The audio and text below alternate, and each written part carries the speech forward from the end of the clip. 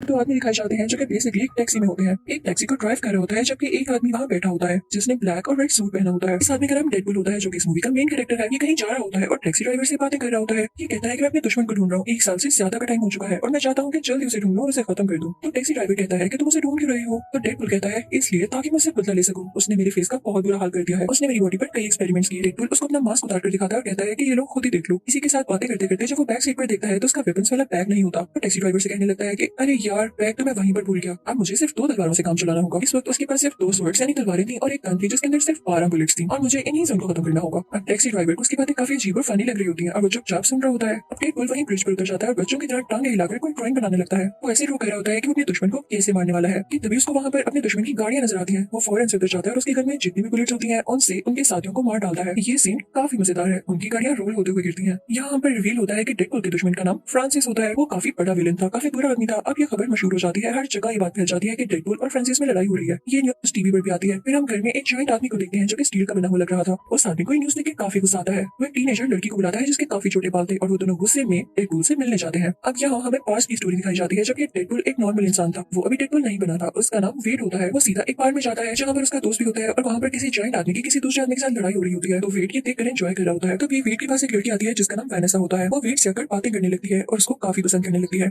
आहिस्ता आहिस्ता इन दोनों में दोस्ती हो जाती है। अब इनको एक साथ 1 साल हो चुका था, लेकिन एक दिन वेड बेहोश होकर गिर जाता है। जब होश आने पर वो अपने कुछ टेस्ट करवाता है तो उसे पता चलता है उसके ब्रेन, लिवर और लंग्स में कैंसर है। ये सुन के वो काफी परेशान हो जाता है और वैनेसा भी। अब सीन डेडपूल पर शिफ्ट होता है। लड़ते लड़ते फ्रांसिस वहां से भाग चुका था, लेकिन तभी वहां पर डेडपूल को आवाज आती है जैसे फ्रांसिस की बाइक उसके पीछे हो। जब डेडपूल पीछे मुड़कर देखता है तो वहां पर वाकई फ्रांसिस होता है। डेडपूल अपनी स्वर्ड फ्रांसिस के हाथ पार कर देता है। फ्रांसिस के नाक से काफी खून आ रहा होता है। डेडपूल कहता है कि मैंने आज अपना बदला ले लिया, तुम ही थे ना जिसने मेरी शक्ल का ये हाल किया। इसी के साथ डेडपूल अपना मास्क उतार कर उसे अपना फेस दिखाता है। तो फ्रांसिस कहता है ओह अच्छा तो तुम वो हो। अभी वो दोनों ये बातें कर ही रही होती है कि तभी पीछे से वो स्टील मैन आता है। वो वेट को उठा कर फेंकता है। यहाँ पर फिर से स्टोरी पास्ट की सीन में शिफ्ट होती है। मैंने साफ वेट से कह रही होती है कि तुम्हें परेशान नहीं होना, मैं तुम्हारे साथ कभी नहीं छोड़ूंगी, हम मिलकर इसका इलाज करवाएंगे। तो वेट कहता है कि नहीं वैनेसा, मैं तुम्हें इस तरह से नहीं देख सकता, मुझे कुछ हो गया तो तुम्हारा क्या होगा, मैं इस तरह से नहीं चाहता। और ये कह के वहां से एक बार में आ जाता है। वो अपने उसी दोस्त के पास आकर बैठता है तो उसका दोस्त उसे कहता है कि यहाँ एक आदमी काफी देर से तुम्हारा इंतजार कर रहा है, जाओ मिलो उसे जाकर। और डेडपूल जब उसे जाकर मिलता है तो आदमी डेडपूल से कहता है कि मैं जानता हूँ कि तुम एक डिसीज है और तुम उसका इलाज करवाना चाहते हो, इसमें मैं तुम्हारी हेल्प कर सकता हूँ, लेकिन साथ एक और बात, मैं तुम्हें सुपर पावर्स भी दे सकता हूँ। तो डेडपूल कहता है कि नहीं, मुझे एक नॉर्मल इंसान की तरह जिंदगी जीनी है, मैं इसमें इंटरेस्टेड नहीं। और ये कहकर वो वहां से हो जाता है। अब यहाँ से सीन दोबारा से प्रेजेंट में आता है और वो स्टील मैन डेडपूल से कह रहा होता है कि तुम्हारे साथ मसला क्या है, तुम अपनी पावर्स का गलत यूज क्यों कर रहे हो। तो डेडपूल स्टील मैन से कहता है कि मुझे मत सिखाओ, जिसने मेरे साथ बुरा किया मैं उससे बदला जरूर लूंगा। तभी वो टीनेजर डेडपूल से कहती है कि पीछे देखो। और जब डेडपूल पीछे देखता है तो फ्रांसिस वहां से भाग चुका होता है। डेडपूल को स्टील मैन पे काफी गुस्सा आता है और वो उसे मारने लगता है कि अगर तुम मुझे अपनी बातों में ना लगाते तो वो यहाँ से ना भागता। डेडपूल स्टील मैन को मारने लगता है, लेकिन क्योंकि वो बहुत ज्यादा हार्ड होता है तो स्टील मैन की दोनों रिस्ट यानी बाजू और एक टांग टूट जाती है। तो स्टील मैन उसे कहता है यार तुमने मेरा दिमाग खराब कर दिया। उसे काफी जोर से हिट करता है जिससे डेडपूल दूर जाकर गिरता है और फिर उसकी रिस्ट अपने हाथ के साथ बांधकर उसे कहीं ले जाता है।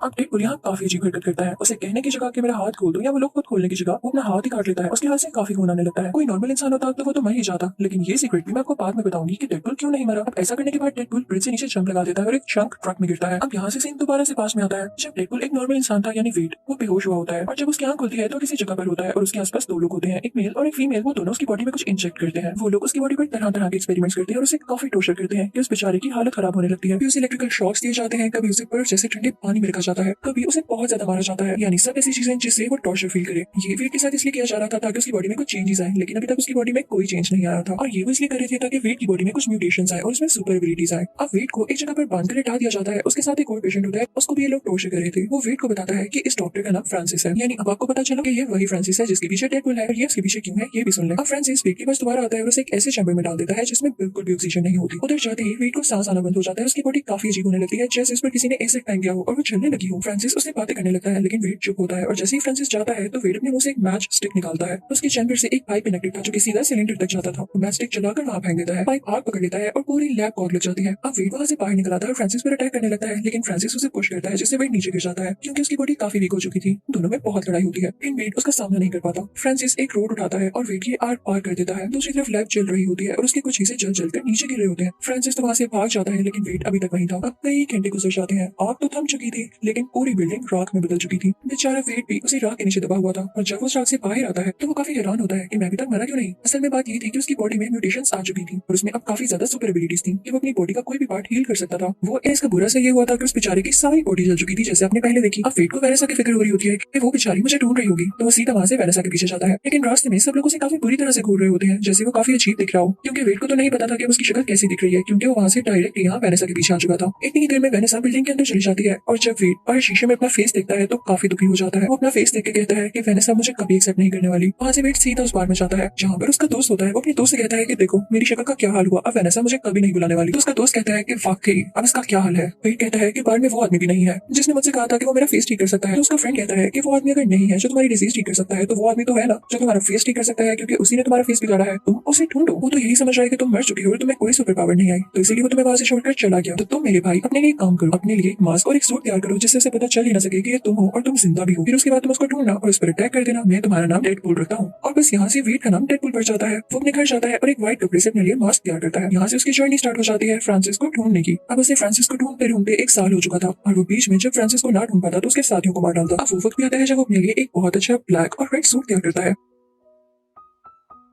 और फाइनली वो दिन आ जाता है जब डेडपूल को खबर मिलती है कि फ्रांसिस कहाँ हो सकता है। उसे वहाँ पर वही आदमी मिलता है जिसने उसे कहा था कि उसकी डिजीज ठीक कर सकता है। तो डेडपूल समझ जाता है कि इसका जरूर फ्रांसिस से कोई ना कोई लिंक है। वो उससे गुस्से से पूछता है कि कहाँ है फ्रांसिस। तो वो बेचारा आदमी डर जाता है और उसे बता देता है। अब सीन वहीं पर शिफ्ट हो जाता है जहाँ हमें मूवी के स्टार्टिंग में दिखाया गया कि डेडपूल टैक्सी ड्राइवर के साथ कहीं जा रहा होता है। अब पास्ट और प्रेजेंट के सीन्स मर्ज हो जाते हैं और रियल स्टोरी यहीं से स्टार्ट होती है जहाँ पर डेडपूल उस जंग ट्रक में गिर चुका था। अब डेडपूल को होश आ जाती है और जहाँ पर वो जंग ट्रक रुकता है ये देख के डेडपूल काफी हैरान हो जाता है, क्योंकि वो किसी बूढ़ी औरत का घर था जो उसके साथ लॉन्ड्री में आया करती थी। जब डेडपूल यानी वेट कपड़े धोने आता था उसी बूढ़ी औरत ने वेट को सजेशन दिया था कि तुम अपना सूट ब्लैक और रेड कलर में तैयार करो। उन दोनों में काफी दोस्ती हो गई हुई थी कि वो बूढ़ी औरत ब्लाइंड होती है और वो वेट की शक्ल नहीं देख पाती, लेकिन यहाँ वेट उस बूढ़ी औरत को खुद ही बता देता है कि मेरे साथ क्या क्या हुआ। और यहाँ हम पर ये भी रिवील होता है कि जब वेट यानी डेडपूल का कोई बॉडी पार्ट कट जाए तो वो दोबारा से हील करके रीग्रो हो जाता है। ये उसकी सुपर पावर्स होती है, सुपर एबिलिटीज होती है। तो वो बूढ़ी औरत से कहता है कि मैं यहाँ तक रुक सकता हूँ जब तक कि मेरा हाथ वापस नहीं आ जाता, क्योंकि उसके बाद मुझे फ्रांसिस को ढूंढना है। अब हम फ्रांसिस को उसी फीमेल फ्रेंड के साथ देखते हैं जिसके साथ मिलकर उसने वेट में कुछ इंजेक्ट किया था। अब वो दोनों सीधा वेट के फ्रेंड के पार्क में जाते हैं। वो दोनों से पूछते हैं कि कहाँ है वेट। तो वो कहता है मैं नहीं जानता। फिर तभी वहाँ पे फ्रांसिस की दोस्त को वेट और वेनेसा की पिक्चर मिलती है। तो फ्रांसिस से कहती है कि फ्रांसिस मैं वेनेसा को जानती हूँ, अब वेट तक पहुंचना हमारे लिए आसान है। अब उन लोगों के चाहते ही वेट का फ्रेंड जो कि बाहर में होता है वेट को कॉल करके सब कुछ बताता है। तो वेट काफी परेशान हो जाता है और सीधा उस जगह जाता है जहाँ पर वेनेसा काम करती थी। वो एक बार थी। वहाँ पर जाकर वो सब लोगों से पूछने लगता है कि क्या आपने वेनेसा को देखा है, वो मेरी दोस्त है। लेकिन जब वेनेसा खुद उसे नजर आती है तो उसमें इतना करेज नहीं होता कि उसे बात कर सके, क्योंकि उसे ये लग रहा था कि वेनेसा उसका फेस देख के डर जाएगी। तो वहाँ से वो वॉशरूम में चला जाता है। उतनी देर में वेनेसा को कोई बताता है कि कोई आपको ढूंढ रहा है। वेनेसा समझती है कि वेट आया है। वो काफी एक्साइटेड होकर बाहर जाती है, लेकिन वहाँ वेट तो नहीं होता, लेकिन उसे फ्रांसिस और उसकी दोस्त किडनैप कर लेते हैं। जब डेडपूल डरता डरता वॉशरूम से बाहर आता है कि वेनेसा से बात कर सके तो उसे वेनेसा कहीं नहीं दिखती। तो उसे एक टेक्स्ट रिसीव होता है जो कि फ्रांसिस का था। फ्रांसिस का एक फेक नाम भी होता है जो कि एजेक्स होता है। इसी नाम से उसने टेक्स्ट भी किया होता है। ये कहता है कि अगर तुम चाहते हो कि वेनेसा तुम्हें वापस मिल जाए तो इस लोकेशन पर आ जाओ। डेडपूल अपने घर जाता है और सारे वेपन्स ले लेता है। ये अपने साथ स्टीलमैन और स्टील को भी ले लेता है और वही टैक्सी पकड़ता है जिस पर ये पहले जा रहा था। अब ये लोग जंक यार्ड पहुंच जाते हैं जहाँ पर इनको फ्रांसिस ने बुलाया था, लेकिन डेडपूल यहाँ पर फिर से अपना वेपन्स वाला बैग टैक्सी में भूल जाता है। डेडपूल कहता है कि यार मेरे पास तो अब स्वॉर्ड ही है, क्या मैं स्वॉर्ड से ही लड़ूंगा। तभी वहाँ पर फ्रांसिस के साथ ही आ जाते हैं और ऊपर कंटेनर पर फ्रांसिस और उसकी दोस्त खड़े होते हैं। फ्रांसिस अपनी दोस्त को नीचे भेजता है जो कि इन तीनों से फाइट करने लगती है, लेकिन टीनेजर भी काफी तेज होती है, उससे फाइट करने लगती है। टीमैन बड़े बड़े टायर्स उठाकर फ्रांसिस के साथियों पर फेंकने लगता है। तीनों काफी अच्छे से फाइट कर रहे होते हैं, लेकिन जब डेडपूल देखता है कि उसके साथी फ्रांसिस के साथियों को रोके हुए हैं तो इस बात का फायदा उठाते हुए वो फ्रांसिस तक पहुंच जाता है, क्योंकि कंटेनर के ऊपर होता है। यहाँ पर फ्रांसिस और डेडपूल की काफी लड़ाई होती है। नीचे फ्रांसिस की दोस्त ने टीमैन का गला काफी जोर से दबा कर रखा होता है, लेकिन जब टीनेजर देखती है तो अपनी सारी पावर्स यूज करके उस लड़की की तरफ फेंकती है। वहाँ पे काफी बड़ा ब्लास्ट होता है और वहाँ के सारे कंटेनर्स मूव करने लगते हैं। वेनेसा भी एक ग्लास चैम्बर में होती है, वो भी नीचे गिरने लगता है। अब फ्रांसिस तो कंटेनर से नीचे गिर जाता है, लेकिन जब वेनेसा का चैम्बर नीचे गिरने लगता है तो डेडपूल उसे बचा लेता है। इसके बाद वो वेनेसा को उसमें से निकालता है, लेकिन फ्रांसिस वहाँ दोबारा आकर डेडपूल पर अटैक कर देता है, लेकिन डेडपूल हील होकर दोबारा से उसके ऊपर आ जाता है और उसके ऊपर बैठ जाता है। अब किसने कहा था फ्रांसिस को कि वो डेडपूल को सुपर एबिलिटीज दे के बाद में वो उसी पे भारी पड़ जाए। डेडपूल फ्रांसिस को काफी मारता है। फ्रांसिस के नाक और मुंह से काफी खून आने लगता है। अब डेडपूल फ्रांसिस से कहता है कि मेरा फेस ठीक करो। तो फ्रांसिस हंसने लगता है, हा तुम्हें लगता है कि मैं तुम्हारा फेस ठीक करूंगा। तो डेडपूल कहता है कि अच्छा ऐसी बात है।